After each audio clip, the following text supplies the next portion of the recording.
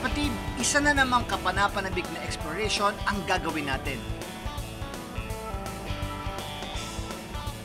Sigurado ako, marami na naman tayong mga bagong bagay na matutuklasan dito.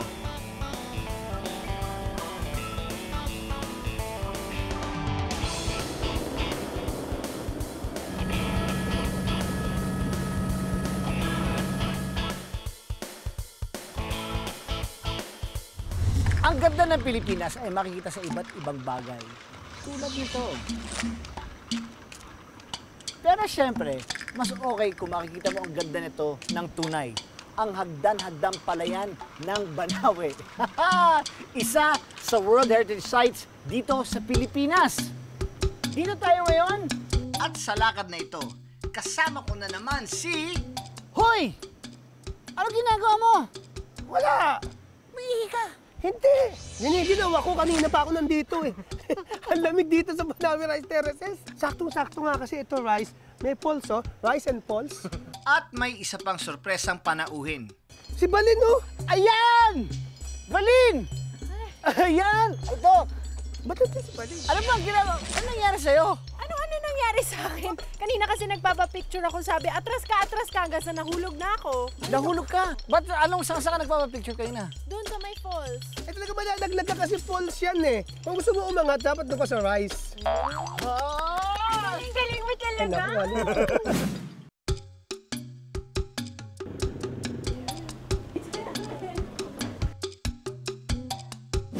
Eto, dito sa lugar na to, isa sa pinakamagandang gamitin o pamamaraan ng paglilibot dito ay ang pagsakay.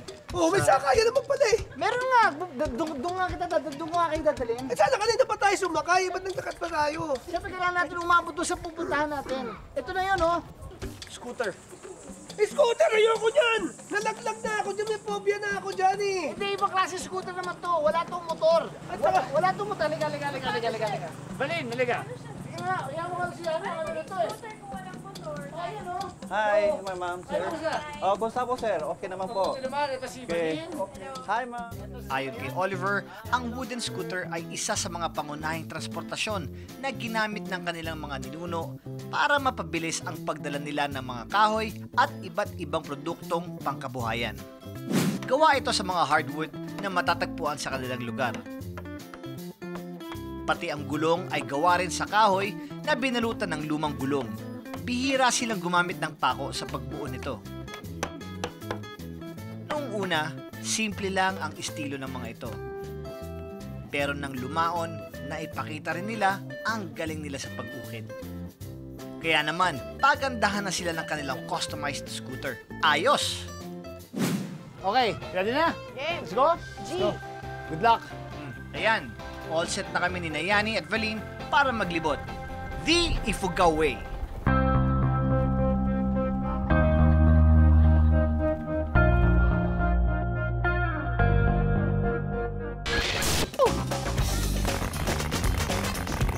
Kaya to, tol. Dilim! Woohoo! Woohoo! Kakaibang joyride to. Sam, use of your helmet.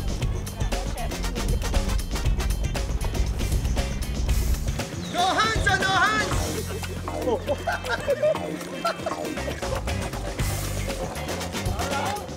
Nasaan tayo ngayon? Okay, dito na tayo sa viewpoint. Bakit viewpoint? Kasi ito po yung pinakamataas na Pwesto, part no? ng Banawe. View mo dito yung mga rice terraces. Parang puro ano lang mga balahibo lang ng manok na nakikita ko. Hindi naman po. Bakit? Saan ka ba nakatingin? Diyan ka nakatingin. Dito! Dito yung view! Ayan po yung Ayan! Ang ganda-ganda naman dito. Ito sa may mga iba't ibang terraces. Bawat lugar din, bawat barangay, bawat ika nga, parang gano'n, ano? Bawat bundok. Sandali lang ha, titignan ko lang mabuti ha. Kuya, Oh, sandali lang. Kasi ano bang tawag dito sa lugar na to? Banawe. Dayanara Torres View deck. View Deck. Wala ka bang naaalala kapag nababanggit ang Dayanara Torres? Kasi total, pinag-uusapan natin yung mga history ng mga lugar. Bakit di natin pag-usapan ng history nyo ni Dayanara? Alam mo ba kung bakit tinawag na Tinawag mo talaga Diana. Bakit ba tinawag na Diana Torres to? No, nung pagkapanalo ni Miss Universe Diana Torres dito siya pumunta. Okay. So, Nagustuhan niya. Opo. So si Diana Torres nanalo sa ibang bansa, pumunta rito dahil siya ang reigning at dito ginanap yung Miss Universe noon. Yes. Na isa naman si Charlene Gonzalez sa candidates. Okay ba? Oo nga. Nakakatuwa lang. Yani, Balin, handa na ba kayo mag-explore? Yes. I-explore natin ang Banawe Rice Terraces, ang kultura nila, ang palayan nila, kung paano ginagawa lahat yan, pati yung mga pagkain nila. So, ibig Basta sabihin, lahat. magtatanim din tayo. Maganda tayo. Lahat. Gagawin natin lahat. Para maramdaman natin kung anong ginagawa. Halika na, let's go! Okay, let's party! Let's party! Oh!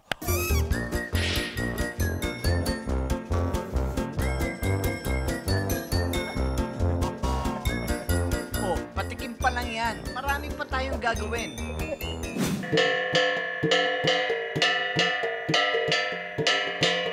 Kinagabihan, naghanda ang aming local host ng isang am-among o salo-salo. At dito, nasaksihan namin ang kultura at ilan sa mga tradisyon ng mga Ifugao.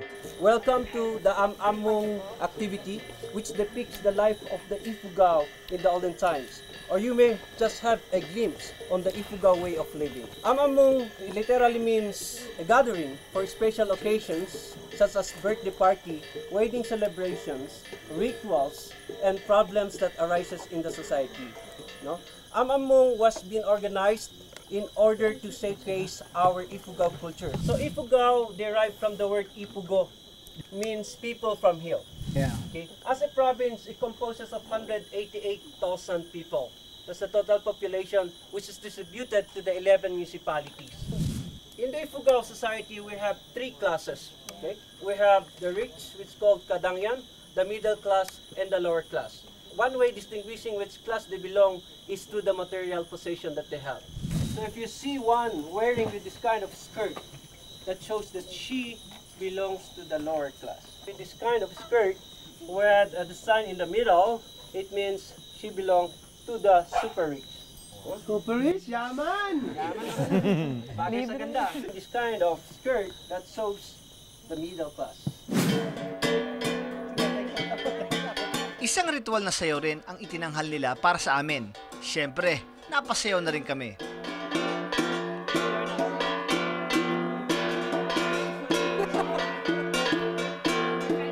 Pero ang tumatak sa amin ay ang ritual na pagkatay sa isang manok para malaman kung maswerte raw ang aming pagdating. Ang ganda! Ladies and gentlemen, just to show you.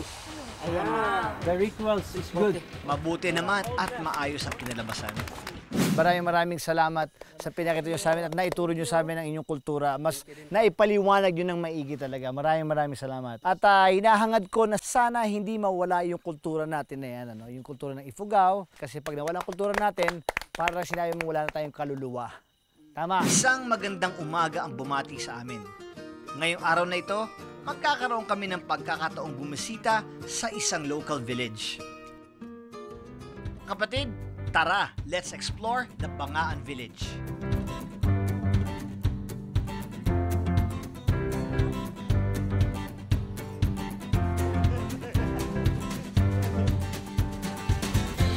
Para sa mga Ifugao, ang pagsasaka nila ang pangunahin nilang pangkabuhayan dito sa bundok. Lahat ng mga maliliit na tradisyon nila at kultura diyan nagmumula sa pagsasaka nila na yan, kung ano yung buhay dito sa kabundukan. Tapos meron tayong pupuntahan ngayon na isang komunidad at doon natin sisilipin kung paano nangyayari lahat to. Kailangan daw natin hanapin yung pinakamatandang tao, yung pinaka-leader kumbaga ng komunidad na yun, na tinatawag nilang Mumbaki. Tatanungin natin ngayon sa ating kaibigan dito. Hello! Magandang araw sa iyo. Magandang araw. Kapatid. Anong pangalan niyo po? Michael. Michael, kamusta Michael? Aga. Si Balin. Hello po. Si Bayani. Yan. Na, Michael. Titatanong namin dito ko sa Mumbaki. Saan ba matatagpuan yun doon? Dito lang ho sa taas. Naku, Dito? sakto naman ang Makita? hinto natin Malapit lang ho. Yun, siya ba? Siya? Iba ho. Sino ba yan? Yan ho yung anak niya. Anak niya yan. So, mas matanda pa sa kanya? Halika. Michael, sumama naman kami. Hindi, mas matanda pa yun. Halika. Tara. Ang taas ng bahay pala ni Mang Mumbaki.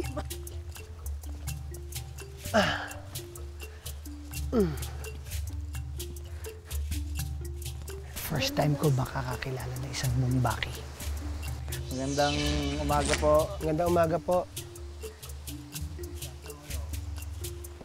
Para sa mga Ifugao, mahalagang miyembro ng komunidad ang Mumbaki. Sa kanilang lengguwahe, ang ibig sabihin ng baki ay dasal. Mumbaki ang tawag sa lalaking tagapagdasal at mama o naman ang babaeng tagapagdasal. Sila ang may taglay na kapangyarihang magpagaling ng may sakit, tumawag sa kanilang mga anito o katutubong Diyos at magpalayo ng masasamang espiritu. Maligaya daw po siya at nakapasyal po kayo dito sa amin. Ay, kami rin po. Masayang-masaya kami. Masaya rin po kami. At makabisita kami sa inyong pong lugar. Kasama ko po si Valin at si Bayani po na first time lahat po namin dito po. Ang MOMA o ang pagnganganga ay isang sinaunang tradisyon at parte na ng pamumuhay ng mga Ifugao. Ang pagbibigay raw ng MOMA ay simbolo ng pakikipagkaibigan at pakikiisa. Kahit na nakapagpapapulan ng bibig ang nganga, naniniwala ang mga Ifugao na nakapagpapatibay raw ito ng ngipin, nakadadagdag ng lakas at nakapapawi rin ng gutom. Kaya Kailangan ito, kong susubukan din kayo. namin. Alam niyo po, tagal na namin gusto subukan tong tinatawag na to. Ang tawag po namin dito sa Ifugao, Sa Ifugao, Moma. MOMA. Ito yung MOMA. Yung bunga. Yung bunga. Ang MOMA ay binubuo ng pinaghalo-halong sangkap. Ang betel nut ay bunga ng luyos o areca palm tree. Meron din itong dahon ng ikmo o betel leaf na gumagapang na puno ng areca. Pinulbos na batong apog o lime at dahon ng tabako. Mga kapatid, first time namin susubukan to. Ito kasama ba itong balat? Alis Kasama ito. ko. Kasama na yan? Kasama na yung balat? Kasama na to? Kakainin din yung balat. Pwede rin ang tanggalin. Tanggalin ko na. Tanggalin mo na lang po. Pwede naman Kasama pala. Yan. May choice naman pala eh. Ito yung bunga, Gusto mo i-try ito? tapos ito yung dahon. Ikaw. Itatanong ko kung paano. So, ang gagawin ko po, tapong lalagay ko sa loob. Ganyan. Okay na. Tama yan. Sanay na sanay. Baka napadami. Ngungayin ko na ipin. Pwede kong kagatan na ipin. Parang bubble gum. Okay. Cheers! Cheers. First time. First time. First time. Wag lang ko lulunukin. Huwag lunukin ha. Kakahilo po yan. Nakakakaba naman to. Sino mo na?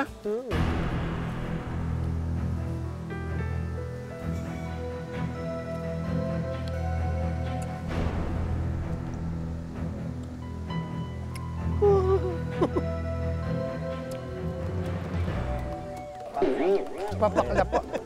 Teka lang. Yan at yung mana. Ang pait eh. Eh, tubig?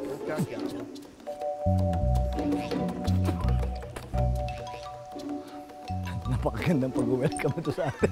Parang matinga-tinga pa ako ng... Diba? Ang dami mo sa lips. Gusto mo tanggalin ko? What? Oo nga, nakaka-numb siya ng Oo, lips. di ba? Para ano, anesthesia. Yeah, go pa tayo isa. Sige. Oo. Pwede po akong gumawa ng Pwede isa. pa po isa pa? Nabigla-bigla lang kami. So, medyo nabigla lang kami sa una. Pwede sa kabila na naman na gums? Ito po kasi ginagamit namin yan lalo na pag malamig. Pag malamig, oo. Umiinit po kasi ang Face. the face and at the same time buong katawan. Pag madami na, pag tuloy-tuloy na. Kahit kakaiba ang lasa nito, parang masarap pa rin ulit-ulitin. Cheers.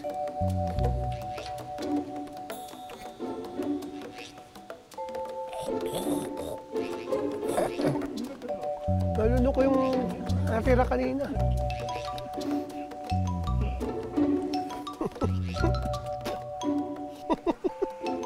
Hindi siya masama. Pag matagal lang, parang pwede mo na ilabas lahat, ano? Gano'ng katagal niyong inungaya yung isang tuloy-tuloy lang yan? Kung sobrang matapang, mas mabilis kung Ito idudura. sa'yo. Tapos ikaw may nilagay ka kayo ng dahon na brown, sabi mo yun ang tabako. Tabako. Mas matapang naman yan. Sa inyong hindi ho sanay, talagang mahilo kayo. Pwede ba subukan yung tabako? Hindi ako, hindi ako. Hindi. Kasalanan ko ba pag na ano? Pwede ba katikim ng maliit na piraso ng dahon ng tabako? Okay. Ito mo binibigay niyo sa akin, ha? Tignan mo. Tingnan mo gano'ng kalit lang. Kulangot niya yan. Ay, taba ko naman po. Try natin. Gusto mo hati tayo ito?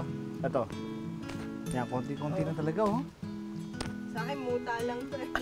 Konti-konti lang, oh. Game. Ako, wala pa. Mamaya-ngayon ko lang, ano? Pag nabasa po yan, lalabas yung ano niya. Pag nabasa, Ako po, pengi pong konting-konti lang po. Mas konti konti lang, konti lang. So, game.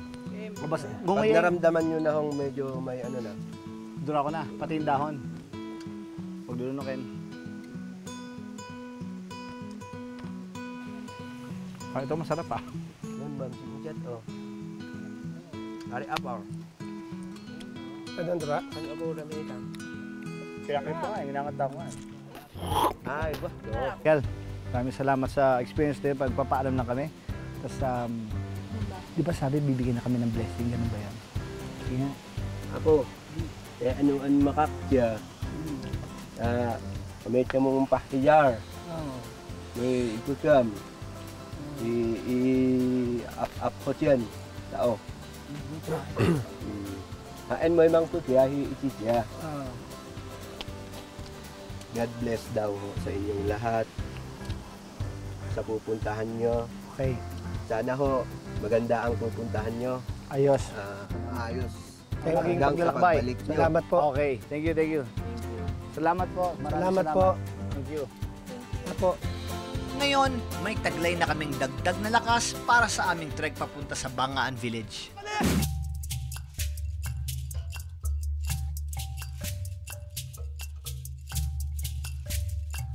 Napakaganda talagang pagmasdan ang baha-bahagdang palayan ng Banawe. Pero mas exciting kung i-explore pa natin ito ng malapitan. Kaya't ito kami, handa ng daanan ang mga hagdang ito at kilalanin ang mga henyong may gawa nito. Wow! Wow! Wow, eto. Oh, grabe. Ganda naman talaga nito. Ganda! Nakikita nyo ba mga kapatid? Marlene, your first time sa Pinoy Explorer, first time in Banawe, what can you say?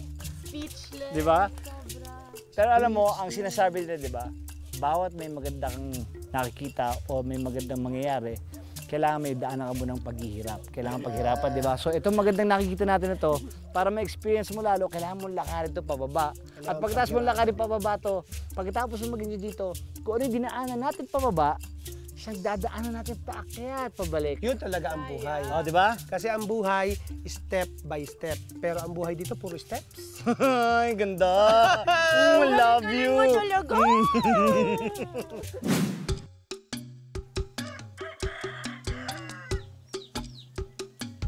Ang Bangaan Village ay isa sa mga tourist destination dito sa Pilipinas dahil sa kamanghamanghang abilidad ng mga taga rito na pagyamanin ang limitado nilang likas yaman. Iba talaga kapag nakita mo itong rice terraces ng malapitan, lalo kang mamamangha sa galing at tiyaga ng mga kapatid nating Ifugao. Ang Ifugao daw ay galing sa salitang ipugo o galing burol. Paniniwala ng mga taga rito na ito raw ang uri ng palay na ibinigay ng kanilang Diyos na si Matungulan. Dito sa Bangaan Village matatagpuan ang ilang kumpol ng rice terraces na parte ng UNESCO World Heritage Site. Kinikilala ng UNESCO ang bayang ito dahil sa pinakamatandang buhay na tradisyon at kulturang hanggang ngayon ay makikita pa rito. Karamihan sa mga taga rito ay nakatira pa rin sa bale o fale, ang tradisyonal na bahay ng mga Ifugao na may 3 palapag. Meron itong silong kung saan sila naghahabi, nagbabayo ng palay at nag-uukit. Nagsisilbi rin itong silungan ng mga alagang hayop. Ang second floor naman ay nagsisilbing kusina, kainan at tulugan. At ang third floor ay taguan ng kanilang mga palay. Simple lang ang pamumuhay ng mga taga rito. Pagtatanim at pag-uukit ang kanilang pangunahing kabuhayan. Sa wakas, nakarating din kami. Nakakapagod din talaga ang pagbaba papunta dito. Kaya pahinga muna kami sandali. Ay, salamat po. Diyos ko, sarap.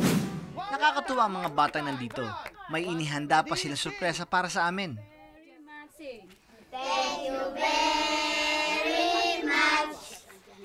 Ito,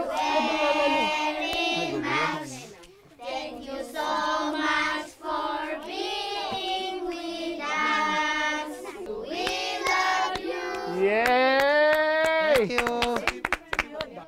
Alam nyo ba sila kumakanta ng thank you very much dahil ibinili sila ni Tito Aga ng ice candy at ng Ice buko. ice buko.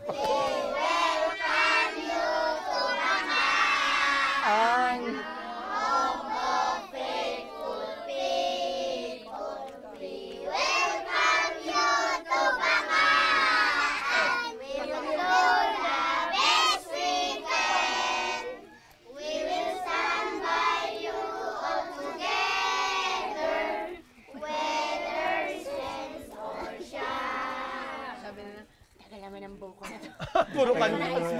Welcome. Okay, kain na. Yay! Nilapitan kami ng isang villager para samahan kami sa kanilang village elder. Hello. Kamusta po? Gandang umaga po. Valin Hello po. and Bayani. Good morning, ma'am. Thank you very much. Bibigay daw yung rice wine. Gusto po nilang okay. Okay, thank you. Tagalog naman pala eh. Yan. Oo, hindi. Para ano, titikman tayo ng ano, bibigyan tayo ng welcome drinks nila. Ito yung rice wine nila. Ito, shot brew ba to? Sige. Woohoo!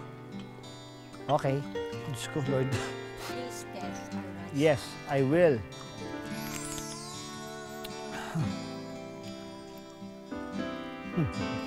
Sarap. Sarap po. Di ba? Ang init dito sa tiyan, ano? Init po sa tiyan. Ito mismo yung mga palay natin nakukuha dyan. Ang ganda naman pala, oh. Ang ganda tataba. Ganda nyo to. Oh, sana po matuto kami paggawa nito. Okay, later we will teach you how to do it. Ayun! Okay, salamat. You will help us. Okay! At tulad ng ipinangako nila sa amin, tuturuan daw nila kaming gumawa ng rice wine o ripog. Para sa ingredients, kakailanganin natin ng malagkit na bigas at apog. Step 1.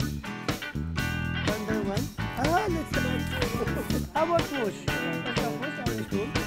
Step 2. Ang pagbabayo ng palay. Oh. Dalawa pa tayo? Kala ko akong guard. Step 3. Pagsangag ng bigas.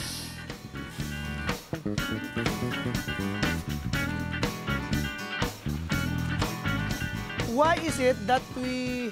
Have to make sangag. So that to make it brown. To make it brown. we have to make it brown. Step 4. Pagkatapos isaing ang bigas, palalamigin. Pagkatapos, lalagyan ng yeast. We put this first. So, mas matagal, mas lalong... Mas matapang. Dirty? Dirty ah.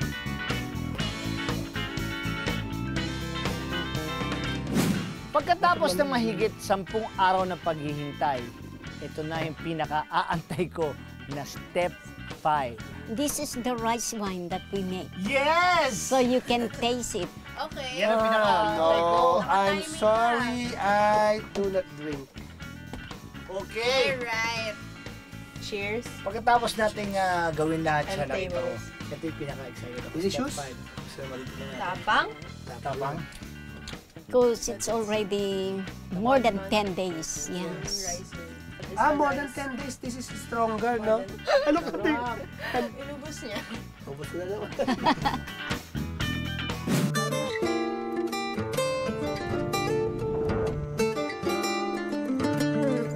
Dito sa Bangaan Village, mararanasan ang kakaibang kultura pagdating sa pagtatanim ng palay.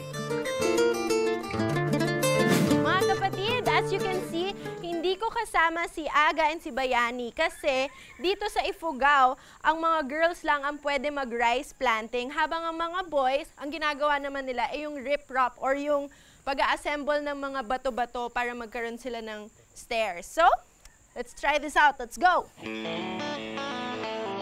Ayan, napasabak na talaga si Valin sa tunay na buhay ng isang magsasakang Ifugao. Ang daming bubbles! At dito, tuturuan siya ni Leticia at Christina ng tamang pagtatanim. Ano, Valin? Ready ka na ba? So ate, una kukuha ka ng dalawa? Dalawa pag malalaki. Okay, so ito yung example ng malaki.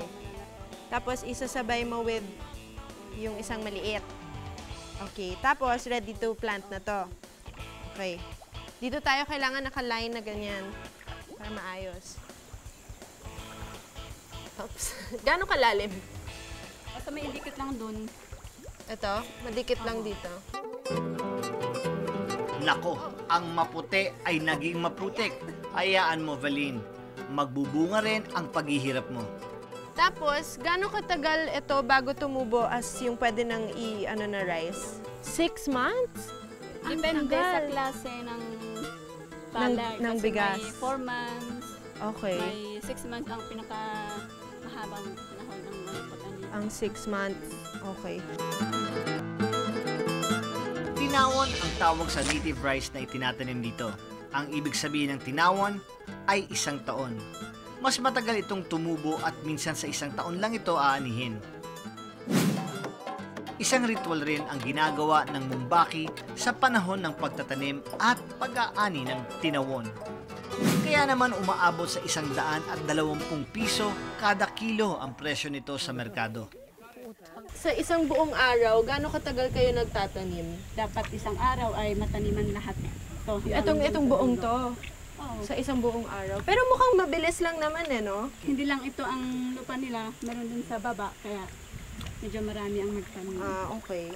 So, paano pag nagbe-break, so na kayo kumakain? Sa bahay ng may-ari nito, Okay. ang binibigay lang ay yung cash na sahod ng isang araw. Na Okay. O ngayon, Valine, alam mo na kung gaano kahirap magtanim.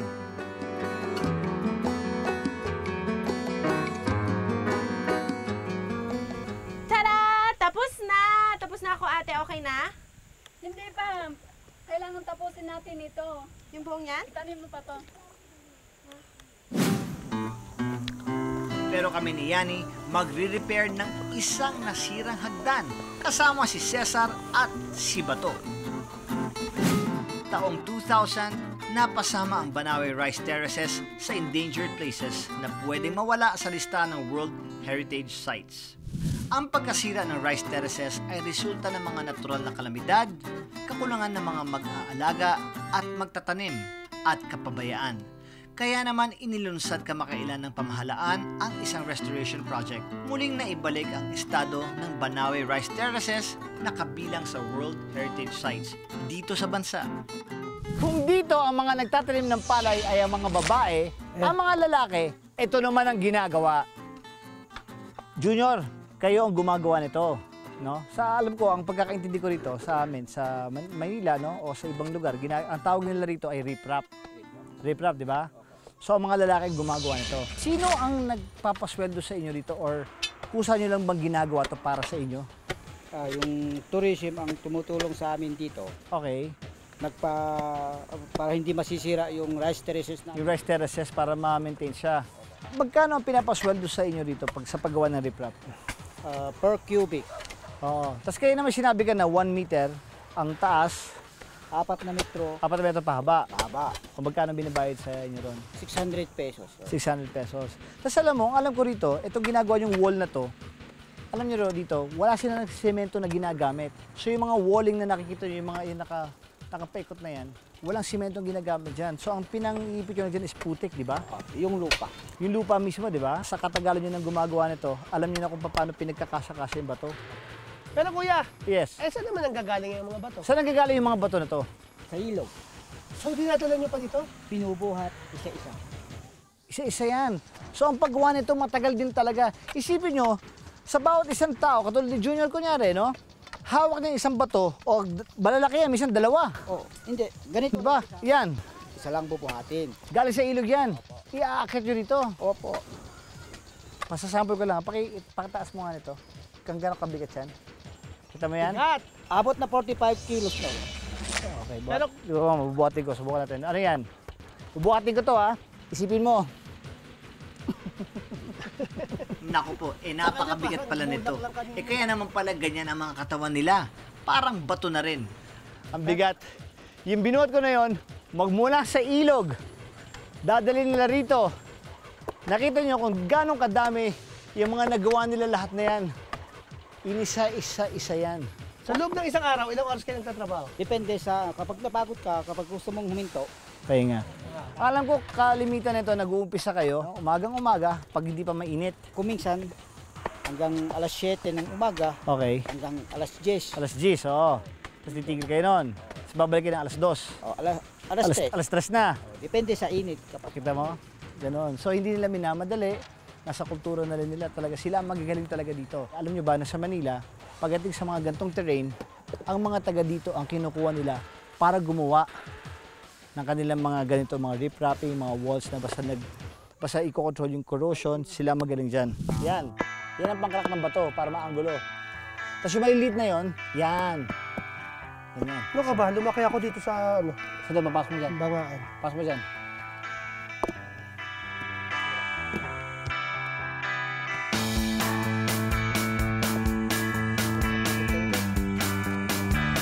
Tulad ng bato, importante na ikinakabit natin yan isa-isa.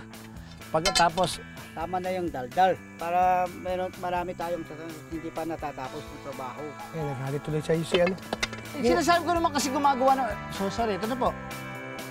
Kaya nga, ito na. Alam mo, swerte nga natin eh. Dahil magpapasko na. Ito, nag-gift wrap tayo.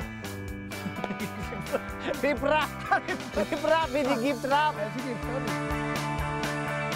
Nakita nyo ang itsura ng tapos na riprap. Ito yon. So mula sa taas, lahat nung terrace, rice terraces na tinatawag nila, ito pinakadulong to hanggang doon pa pababa, ito humahawak. So imagine niyo yung volume na hinahawakan ito ng tubig, ng putik, ng lupa, lalo na pag umuulan. Ito lang ang humahawak. Tandaan nyo, walang simento to. Yung mga bato na pinagdikit-dikit na ganon, yun ang humahawak ito. So, Pero grabe kuya, no? Alam mo ba kung ano ang itsura nito dati? bundok. Ganun Yan. lang. Ganyan. Yun ang itsura niya dati. Tapos naging ganito. Tapos naging ganito na siya. Dahil, Dahil lang sa para makapagtanim ng palay. Kasi hindi ka pwede magtanim ng palay na nakapag-ganito. galing ano? So, yan Kaya ang pala hirap naging na. 800 talaga. At bawat bato, sinabi nga ni Junior, di ba? Nanggagaling sa ilog. Isa-isang inaakit dito. Kung saan manggaling yung ilog na yun, ang ilog nanggagaling po sa pinakababa ng bundok. Wala mang ilog dito eh. Doon sa pinakababa. Dalawa ang muscle ni Junjun. Ano? May muscle siya dito, may muscle pa siya dito. Yun. Kita niyo, walang workout yan. Yan. Okay. Ano?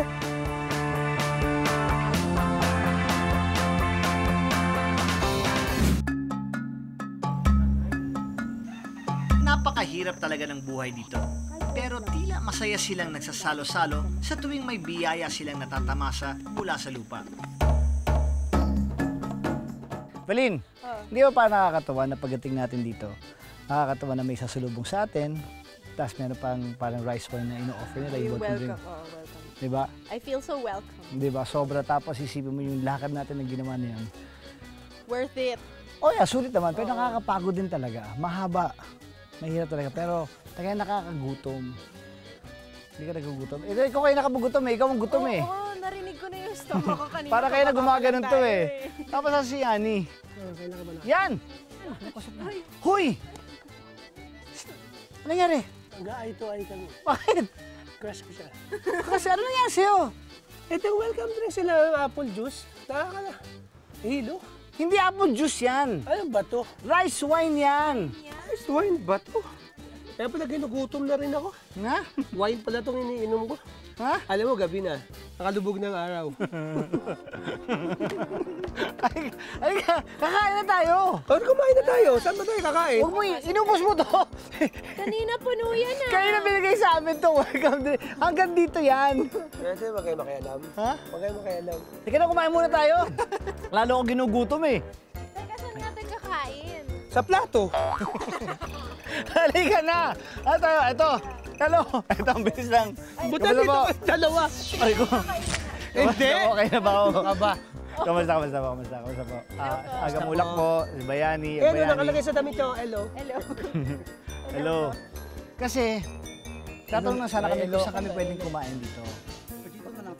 Dito dito mismo. Okay. Salamat. Ano bang pwedeng makain dito? Paano ba? Ano bang? Meron. Pero huhulin natin. Ay, naku, baliwala ako sa akin yan. Ang dami na akong hinuli ko dito sa Pinoy Explorer. Nanghuli ako ng bangos, palaka, manok. Kung ano man po ang hulihin, kaya-kaya ko po yan. Ano po ba ang hulihin? Ngayon, itong baboy. Ay, baboy! Baboy! Parang nilangisan niyo. Para makain to mamaya. Yan ang lulutuin mamaya. Lutuin na. Ay nako, tama-tama. Gutom na gutom ako pero vegetarian ako. Eto, mahilig sa pork ng dalaman to. Sobra. No, Masarap yan. Apo. okay. O sige po, halika. Halika. O so, ganun palang gagawin natin dito. So kailangan, bago mo kainin, ikaw ang hahabol. Yun ang kultura nila rito na sinasabi nila na bago mo kainin, kailangan mong paghirapan muna. So since nandito tayo at first time natin, kailangan natin masubukan kung paano ginagawa yung paghuli ng baboy. Tingnan natin, ha? Kayo, ay to ay. Sino yan? At ito na ang masayang parte, ang paghuli ng aming kakainin. Sina Bayani at Valin, sobrang gutom na at gusto na talagang mahuli ang baboy.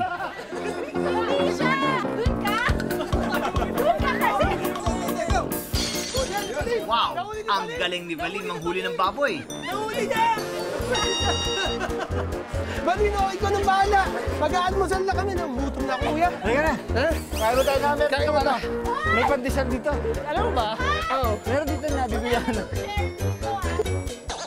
At sa pagkakataling yan, siguradong walang kawala. Magaling palang umakting na capture itong baboy nito. This time, susubukan kong maging distraction sa baboy. Ay! Magtamo ka na yan! Sabi! Magtamo ka na yan! Hindi ka naman nakahuli! O Yani, ikaw naman.